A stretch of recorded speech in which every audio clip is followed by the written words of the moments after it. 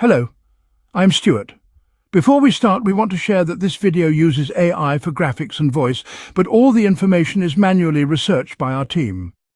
Here in the video, we're going to talk about WII error code 20101. The error reads, "There was an error during login." As per the research, the error comes when users try to connect to WII. Instead of logging in, it shows this error code and stops the connection process. According to our research, the error may be caused by temporary connection issues or server-related problems. Now let's talk about the troubleshooting steps you can try. The first thing we suggest is to restart your WII console and try connecting again. Once restarted, check if the error still comes.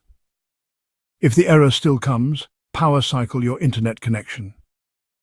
Turn off your router, wait for a few minutes, then turn it back on. After that, try again and see if the error still comes. At last, if the error still persists, then the servers might be down. In that case, wait for some time and try again.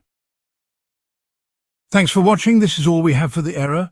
If this video helped, don't forget to like, share and subscribe. Have any questions or issues? Drop them in the comments below. See you in the next one.